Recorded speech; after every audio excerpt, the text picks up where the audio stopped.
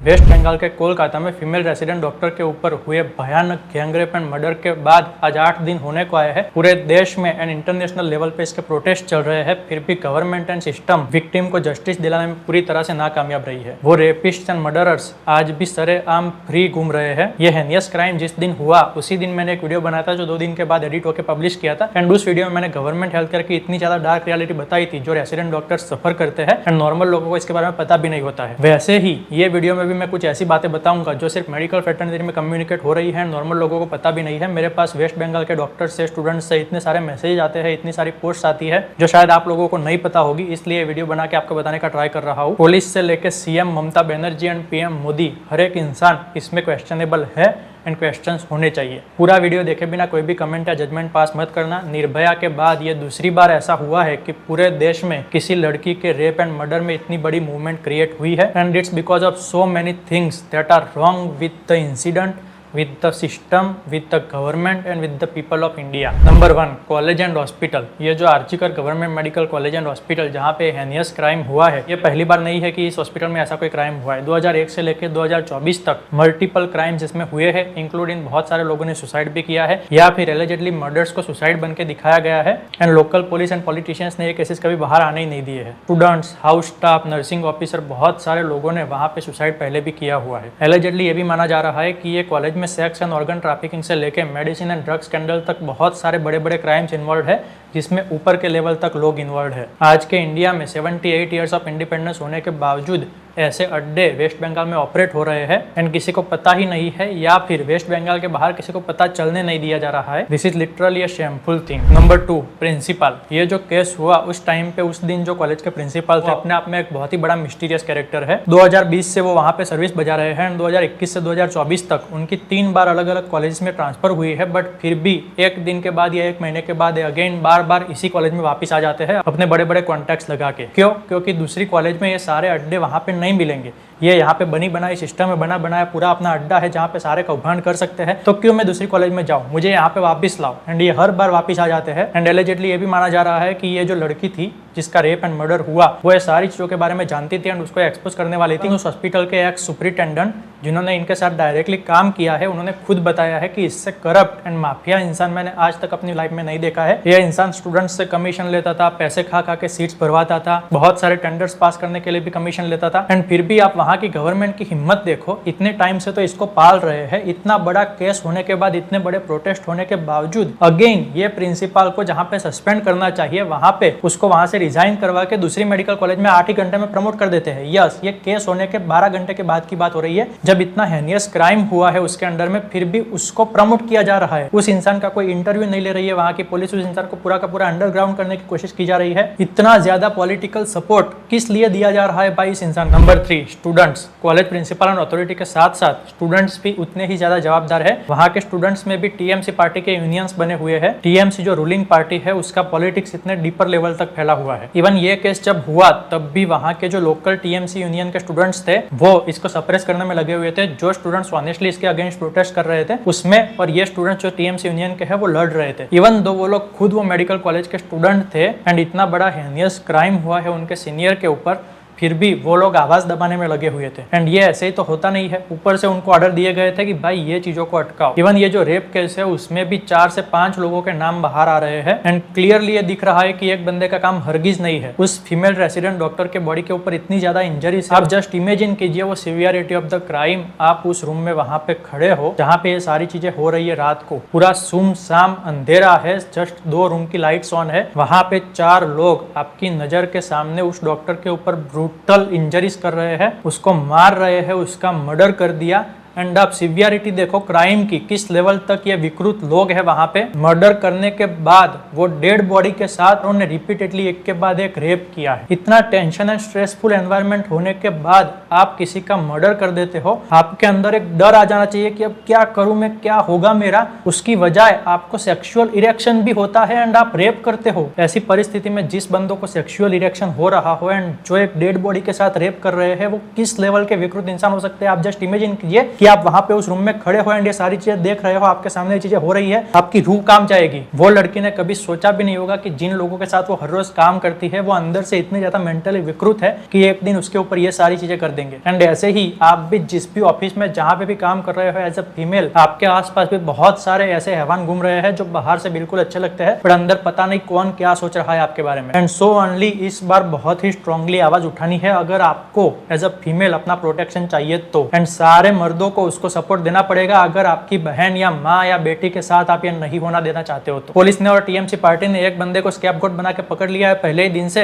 And उसी को बोल रहे हैं कि हमने केस सॉल्व कर दिया, केस सॉल्व कर दिया। इवन आप उस बंदे को फांसी भी दे दोगे तो भी ये केस हमेशा से अनसॉल्व रह जाएगा अंटिल एंड अनलेस ये सारे क्रिमिनल्स को पकड़ के फांसी की सजा नहीं दी जाती है। Number 4, TMC government and local police. ये पूरे केस में 8 दिन में जो भी हुआ है उससे वहां के पॉलिटिकल पार्टी एंड सीएम का स्टैंड बिल्कुल क्लियर हो गया है। पहले तो ये उन्होंने clear cut rape and murder case को सुसाइड बोल के दबाने की कोशिश की। एंड चौंकाने वाली बात यह है कि इतनी सारी इंजरीज होने के बावजूद क्लियर कट उसके मुंह पे ब्लीडिंग था, उसके बॉडी पे ब्लीडिंग था, उसके नीचे का पूरा पार्ट खुला पड़ा था, फिर भी इवन कोई बंदा नशे में होने के बावजूद भी ऐसा ना बोले कि ये सुसाइड। के पेरेंट्स को बुलाया जाता है सुबह एंड उनको 3 घंटे तक वेटिंग किया जाता है। दोपहर को 2 बजे उनको उनकी बॉडी दिखाई जाती है अपनी बेटी की। रात को 3-4 बजे हादसा हुआ है एंड 12 घंटे के बाद उनके पेरेंट्स को उसकी बॉडी दिखाई जाती है। तब तक के लिए क्या किया जा रहा था अंदर। एंड इतने सारे प्रोटेस्ट होने के बावजूद आप देखो कि उसके दूसरे ही दिन वो सेमिनार रूम के सामने जो रूम था उसका रिनोवेशन काम स्टार्ट हो जाता है। क्यों इतनी क्या जल्दी थी भैया? गवर्नमेंट में तो 2-2 साल लगते हैं एक एक छोटे से छोटे काम को पास करने के लिए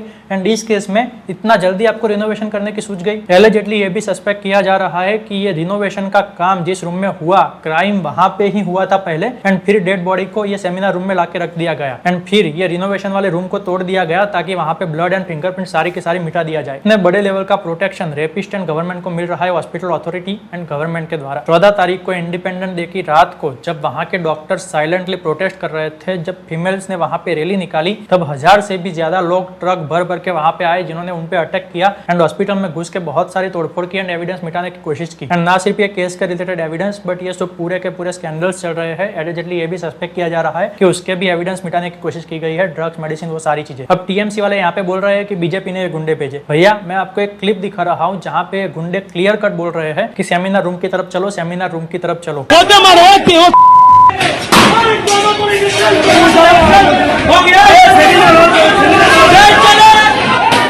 भैया बीजेपी क्यों सेमिनार रूम को तुड़वाएगी? वो तो चाहती है कि सेमिनार रूम इंटैक्ट रहे ताकि आपकी गवर्नमेंट एक्सपोज हो। सेमिनार रूम तुड़वाने के लिए अगर स्पेसिफिकली कोई गुंडा आता है तो वो आपकी पार्टी ने भेजा होगा, क्योंकि आप ही हो जो पहले दिन से एविडेंस मिटाने की कोशिश किए जा रहे हो। एंड जब ये केस की जांच सीबीआई को दी गई उसी दिन आपसे रहा नहीं गया कि अब तो हमारा मामला खत्म हो जाएगा, तो आपने गुंडे बेच के हॉस्पिटल को तहस नहस करने की कोशिश की। एंड फिर भी आप एलिगेशंस लगा रहे हो बीजेपी पे। कल परसों वहां के पुलिस कमिश्नर मीडिया में आके बोलते हैं कि हमारे पे जनता भरोसा नहीं कर रही है। भैया कैसे भरोसा करेगी? वो सीसीटीवी जिसमें आप बोल रहे हो कि एक बंदा अंदर गया एंड बाहर आया, वो किसने देखा है? आप उसको मीडिया में रिलीज नहीं कर रहे हो, ना किसी को बता रहे हो। वो प्रिंसिपल जो डायरेक्टली इस केस में इन्वॉल्व है उसको आप पूरा का पूरा प्रोटेक्शन दे रहे हो, उसका एक भी बयान या स्टेटमेंट नहीं लेते हो आप 2-2, 3-3 दिन तक। जो लोग सोशल मीडिया में इसके अगेंस्ट आवाज उठा रहे हैं उनको परसों रात से 1000+ नोटिस, लीगल नोटिस भेजी जा चुकी है कि आप ये कंटेंट रिमूव करो वरना आपके ऊपर लीगल एक्शन ली जाएगी। क्यों आप इतना एनर्जी ये सारी चीजों को दबाने में लगे हो? इतना एनर्जी अगर केस को सॉल्व करने में लगाते तो लोग आपके ऊपर भरोसा कर देते। जब वहां पे हॉस्पिटल में गुंडों का अटैक होता है तब सबसे पहले पुलिस ऑफिसर भागते हैं एंड जब पूरा अटैक होकर सब तहस नहस हो जाए फिर बाहर आके टीयर गैस छोड़ते हैं गुंडों को भगाने के लिए। वो जो क्राइम सीन है सेमिनार रूम, वहां पे उस रूम के बाहर सिर्फ 1-2 पुलिस कांस्टेबल बिठाए हुए हैं। इतनी लेजी सुरक्षा क्यों रखी है? एंड वहां पे आपके सामने रिनोवेशन रूम का कंस्ट्रक्शन हो रहा है, पुलिस लोग वहां पे सामने खड़े हैं एंड फिर भी उसको अलाउड कर रहे हैं। ऊपर से आप वहां के सीएम ममता बनर्जी की हिम्मत देखो, वो खुद रैली निकालती है जस्टिस के लिए कि हमें जस्टिस दे दो। भैया किससे जस्टिस मांग रहे हो आप? आपकी खुद की गवर्नमेंट है। थोड़ा सा भी ट्रस्ट सिस्टम एंड गवर्नमेंट पे वहां के लोगों को जो था वो अब पूरा का पूरा चला गया है आपके इस बिहेवियर की वजह से। Number 5, opposition politicians and YouTubers. अब कुछ लोग बोलेंगे कि भैया इस केस में पॉलिटिक्स को मत घुसाओ। अरे पॉलिटिक्स को कैसे ना घुसाए? ये पूरा केस ही पॉलिटिक्स के ऊपर है। पॉलिटिकल पार्टी इस केस में पहले दिन से ही इन्वॉल्व है एंड ना चाहते हुए भी पॉलिटिक्स इसमें अपने आप एंटर हो जाता है। 5 दिन के बाद देश के सबसे बड़े ऑपोजिशन के नेता का एक बयान आता है। तब तक के लिए वो बिल्कुल सो रहे थे, इतना सारे प्रोटेस्ट हो गए, इतनी सारी चीजें हो गई, बट वो सोच रहे थे कि यार हमारी पार्टी का ये तो साथी है, इनके अगेंस्ट ऐसा बोलेंगे तो हमारी तो क्रेडिबिलिटी लूज हो जाएगी। फीमेल डॉक्टर के ऊपर गैंगरेप हुआ, मर्डर हुआ, हमें क्या, हमें तो हमारा पॉलिटिक्स बचाना है। बड़े बड़े सो कॉल्ड इन्फ्लुएंसर्स जो बीजेपी के ऊपर डिक्टेटरशिप डिक्टेटरशिप के आरोप लगा रहे थे, ये डिक्टेटरशिप उनको बिल्कुल दिख नहीं रही है। 5-7 दिन तक उनका कोई बयान, कोई ट्वीट, कोई वीडियो नहीं आता है। एक बार ट्वीट करके डिलीट हो जाता है, और फिर भी आता है तो एक छोटी सी रील आती है जिसमें यह बताया जाता है कि कैसे ये पूरे के पूरे देश में सिस्टम का गलती है, जबकि टीएमसी जो इतना बड़ा इसमें इन्वॉल्व है उसके ऊपर एक शब्द नहीं बोला जाता, क्योंकि भैया वहां से तो पैसे आते हैं, इसीलिए तो बीजेपी के अगेंस्ट वीडियो बनते हैं वहां से पैसे खा के। Number 6, central government. चलो अपोजिशन ने तो फिर भी 5 दिन के बाद आवाज उठा लिया, लेकिन हमारे प्रधानमंत्री, होम मिनिस्टर एंड बाकी कैबिनेट के मिनिस्टर्स आज भी चुप्पी लिए बैठे हैं। पीएम साहब का एक भी स्टेटमेंट नहीं आया है। भैया आपके पास तो मौका है, पूरे वेस्ट बंगाल स्टेट में अराजकता फैली हुई है, पूरा स्टेट इलीगल इमिग्रेंट से भरा हुआ है, वहाँ की लोकल पब्लिक एंड पूरे देश की जनता डिमांड कर रही है कि अब प्रेसिडेंट रूल लाओ वरना यह दूसरा बांग्लादेश बन जाएगा। फिर भी आप चुप्पी लेके बैठे। पूरे इंडिया के डॉक्टर्स जो एक बार भी अपने काम में से आवाज नहीं उठा पाते हैं, आज वो सारे डॉक्टर्स रोड पे है, इतने सारे पेशेंट्स सफर कर रहे हैं ये प्रोटेस्ट की वजह से, फिर भी आप उन डॉक्टर्स को ब्लाइंड आई दिखा रहे हो। एंड ये आपका बिहेवियर आज का नहीं है, पहले भी कितने भी बड़े बड़े प्रोटेस्ट हो गए, फार्मर्स प्रोटेस्ट, रेसलर्स प्रोटेस्ट, बहुत ही बड़े बड़े प्रोटेस्ट हुए, लेकिन आपका एक स्टेटमेंट कभी भी आता नहीं है। जब कोई खिलाड़ी ओलंपिक मेडल जीतता है या क्रिकेट का वर्ल्ड कप जीतता है, तब रात को 2 बजे भी 5 मिनट निकाल के उसको फोन हो जाता है आपसे, लेकिन जब वही खिलाड़ी रोड पे घसीटा जाता है तब 2-2 महीने तक आपसे कोई बयान ही नहीं आता है। भैया प्रेस कॉन्फ्रेंस ना करो तो कोई बात नहीं, बट एटलीस्ट कोई प्रेस लेटर निकाल दो या फिर एक छोटा सा ट्वीट कर दो कि ये मूवमेंट जो कर रहे हैं लोग वो गलत है या सही है, गलत है तो क्यों है, आपका क्या राय है, करनी चाहिए नहीं करनी चाहिए, क्या डिसीजन ले रहे हो आप, कुछ तो बता दो। हर बार बस इस चीज को इग्नोर करना है कि 2-3-4 महीने के बाद थक जाएंगे और फिर घर पे चले जाएंगे, एंड ऐसा ही होता है, आपका मकसद पूरा हो जाता है। देश के प्रधानमंत्री हो तो सिर्फ अच्छी अच्छी बातें करूंगा, लेकिन जब लोगों को सपोर्ट चाहिएगा तब कुछ भी नहीं बोलूंगा, बिकॉज मैं खुद भी तो रेपिस्ट क्रिमिनल्स को पार्टी की टिकट देता हूँ MP MLA की। राम रहीम बाबा का 2 दिन पहले अभी पैरोल हो गया जेल में से, जो बाबा के ऊपर अगेन ऐसे ही क्राइम्स के इल्जाम लगे हुए हैं, इतने टाइम से जेल में है, फिर भी आधा टाइम वो जेल से बाहर बिताते हैं। ऐसे लॉस क्यों नहीं इंप्लीमेंट किए जाते हैं कि रेपिस्ट या मर्डरर्स को 15 दिन के अंदर अंदर फांसी मिल जानी चाहिए, या फिर अगर फांसी नहीं दे सकते हो तो एटलीस्ट जेल में जाने के बाद लाइफ टाइम कभी वहां से बाहर ना निकल पाए। देश को थर्ड इकोनॉमी बनानी है, लेकिन देश की बेटियों को रिस्पेक्ट एंड सेफ्टी के नाम पे बस मेरे बड़े बड़े बयान मिलेंगे, बाकी ऑन ग्राउंड कुछ नहीं मिलेगा। 7, गवर्नमेंट इंफ्रास्ट्रक्चर। ये चीज की बात मैंने आगे वाले वीडियो में भी की थी, एंड अगेन फिर से बता रहा हूँ कि देश के गवर्नमेंट हॉस्पिटल की हालत झुपड़पट्टी से भी खराब है। 100 पेशेंट के बीच में जस्ट 1 या 2 रेसिडेंट डॉक्टर्स होते हैं, जिनके रात दिन काम करने के बावजूद कहीं ना कहीं कुछ ना कुछ छूट ही जाता है एंड पेशेंट की केयर कॉम्प्रोमाइज होती है। 36, 48 घंटे की कंटिन्यूअस ड्यूटी स्ट्रेच पे लगाई जाती है उनकी, एंड पोस्ट ड्यूटी कोई ऑफ भी नहीं दिया जाता है। दूसरे ही दिन सुबह उठ के फिर से वापस काम ज्वाइन करना होता है। रात को 3-3 बजे फीमेल डॉक्टर्स को हॉस्पिटल से आना जाना होता है, जहाँ पे उनको कोई सेफ्टी सिक्योरिटी प्रोवाइड नहीं की जाती है। हॉस्पिटल में कहीं पे भी क्रूशियल पॉइंट्स पे CCTV कैमराज नहीं होते हैं, जहाँ पे होते हैं वो बंद पड़े होते हैं। कोई हाइजीन नहीं होता है, फीमेल डॉक्टर्स को सोने के लिए कोई सेपरेट फीमेल डॉक्टर्स रूम या कोई सेपरेट प्लेस नहीं होता है। जो बेड्स ऑलरेडी है सोने के लिए उसके ऊपर भी कभी बेडशीट्स चेंज नहीं होती है।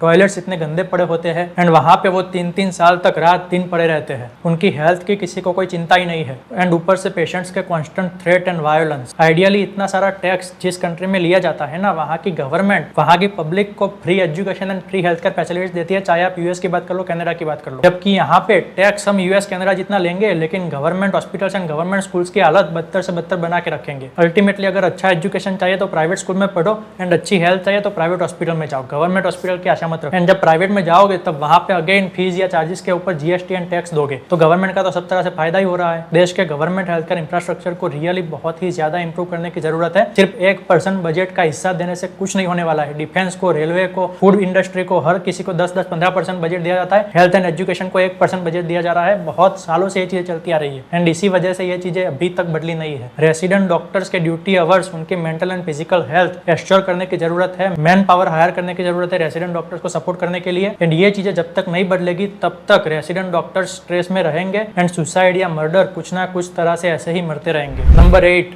देश के पीपल। एवरी टाइम जब भी ऐसा कोई भी क्राइम होता है, हमारा हमेशा से बयान यही होता है देश के लोगों का, लड़कियों को छोटे कपड़े पहनने चाहिए, लड़कियों को रात को बाहर नहीं निकलना चाहिए, लड़कियों को लड़के के साथ ज्यादा इंटरेक्शन नहीं करना चाहिए। भैया क्यों नहीं करना चाहिए? लड़कियों को ही क्यों ब्लेम किया जा रहा है? आप अपने लड़कों को सिखाओ। लड़के जब छोटे होते हैं उसी टाइम से उनको एजुकेट करो कि फीमेल्स को रिस्पेक्ट कैसे दी जाती है, आपकी स्कूल में, आपके आसपास में जो जो लड़कियां हैं उनसे कैसे बिहेव करना होता है, उनको कैसे सेफ्टी प्रोवाइड करनी होती है। अगर वो कोई गंदा कंटेंट कंज्यूम कर रहा है, शेयर कर रहा है या फिर बना रहा है रिगार्डिंग ऑब्जेक्टिफाइंग द वुमेन, तो उनको पनिश करो। स्कूलों में सेक्स एजुकेशन को कंपलसरी बनाओ एंड अगर स्कूल में नहीं मिलता है तो घर पे सेक्स एजुकेशन दो। शर्म में मत रहो कि ऐसी बातें मैं अपने बेटा या बेटी के साथ कैसे कर सकता हूँ। सिमिलरली लड़कियों को भी सिखाओ कि गुड टच क्या होता है, बैड टच क्या होता है। उनको सेफ्टी वेपन्स दे के रखो, उनको सेफ्टी एंड सेल्फ डिफेंस की ट्रेनिंग दे के रखो, क्योंकि कितना भी ज्यादा हम प्रयास कर लेंगे कोई ना कोई अनपढ़ गवार बंदा कहीं ना कहीं देश में पड़ा होगा जिसको ये सारे केसेस के बारे में कुछ पता ही नहीं है, ना ही कोई लॉ वॉ की कुछ पढ़ी है, उसको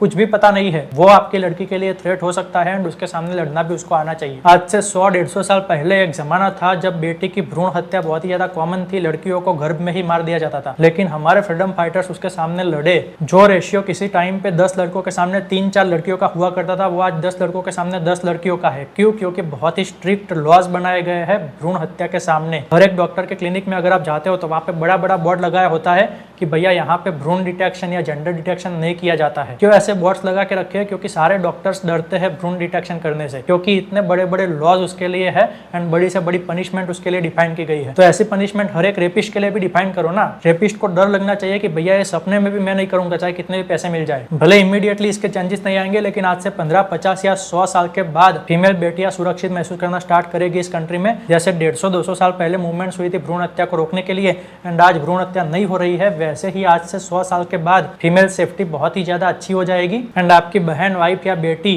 इस देश में फ्रीली घूम पाएगी। Number 9, traditional systems and patterns. आज से पहले भी बहुत सारी बार ऐसे हेनियस क्राइम्स इस देश में होते आए हैं एंड हर बार हमारा यही स्टैंड होता है कि भैया कुछ दिन के लिए हम प्रोटेस्ट करते हैं, गवर्नमेंट का सिस्टम का कोई रिस्पांस नहीं मिलता है एंड फिर थक हार के हम फिर से रूटीन काम में लग जाते हैं एंड सब कुछ भूल जाते हैं। अगेन कुछ टाइम के बाद ऐसा फिर से होता है एंड अगेन फिर से यही पैटर्न रिपीट होती है। बट बिलीव मी भैया, इतनी बड़ी मास मूवमेंट जनरेट करना बहुत ही ज़्यादा डिफिकल्ट है एंड आगे और भी ज़्यादा डिफिकल्ट होगा। सो अगर इस बार जनरेट हुई है तो जब तक इसके अगेंस्ट एंड वुमेन सेफ्टी के लिए स्ट्रिक्ट से स्ट्रिक्ट पनिशमेंट एंड सजाएं डिफाइंड नहीं की जाती है, we must not give up. वो बेटी ने अपने बलिदान के जरिए पूरे समाज को जगाया है आगे हजारों लाखों बेटियों को बचाने के लिए एंड उसकी रिस्पेक्ट हमें करनी पड़ेगी। अगर हम आज चुप हो गए तो फिर आगे और भी बहुत सारी बेटियां ऐसे ही मरती रहेगी। पहले भी ऐसे बहुत सारे केसेस हुए हैं, किसी के नोटिस में भी नहीं आया है, कोई मूवमेंट जनरेट नहीं हुई है, लेकिन इस बार अगर मूवमेंट जनरेट हुई है तो एटलीस्ट सपोर्ट करो ताकि आगे ऐसी हजारों लाखों बेटियां बच पाए। ये बंगाल केस के रिलेटेड सारे के सारे रेपिस्ट, मर्डरर्स एंड सारे के सारे क्रिमिनल्स को, इवन अथॉरिटी हो या पॉलिटिशियन हो, जब तक सजा नहीं मिलती है हमें गिव अप नहीं करना है एंड ब्रूटल से ब्रूटल सजा मिलनी चाहिए, लाइव मिलनी चाहिए, लोगों को दिखना चाहिए कि ऐसी सजा मिलती है, तभी जाके आगे जाके कोई डरेगा ये काम करने से पहले। We the people of India can change the system now and अगर आज नहीं किया तो आगे कभी नहीं होगा। बार बार मेरे वीडियोस को देखने का आपका बहुत बहुत धन्यवाद। मिलते हैं नए वीडियो में और भी ज्यादा एनर्जी के साथ।